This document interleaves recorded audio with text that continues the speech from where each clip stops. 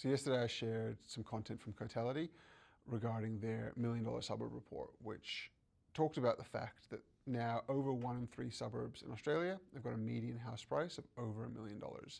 Now this made headline news around the country, and a lot of people took this and ran with it to make some, I guess, ongoing commentary about how this was evidence of the unaffordability of housing in Australia.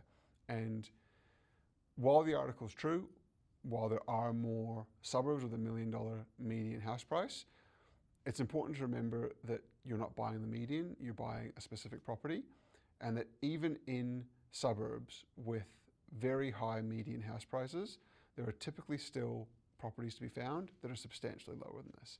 And so I'm based in Melbourne. Every week we speak with clients who are buying properties in Elwood, St Kilda, South Yarra, Richmond, Yarraville, Northcote, Brunswick, blue chip suburbs that have got a high desirability factor and median house prices of way over $1 million.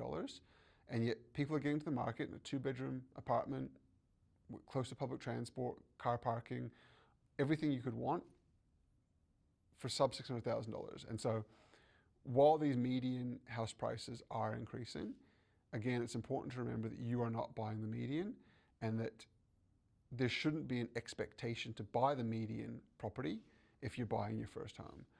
Typically, we see clients buy three to 5 properties throughout their lifetime, and the general trend would be that their first property might be, if we're looking at it now, someone in their late 20s, early 30s might buy a property for $500,000-$600,000.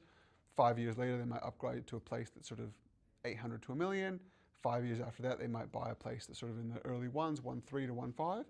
And a lot of people are happy with that. And if they keep going and keep growing in wealth, they may further upgrade.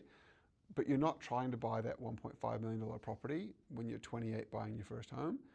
You're probably buying an apartment in St Kilda or Richmond or Brunswick, and you're living there and you're paying down the equity in that, and you're using that equity as it grows to then be your stepping stone onto the next property. And so again, while these median house prices and $1 million suburbs make great headlines, it's important to know, or to remind yourself, that you're not buying those median prices.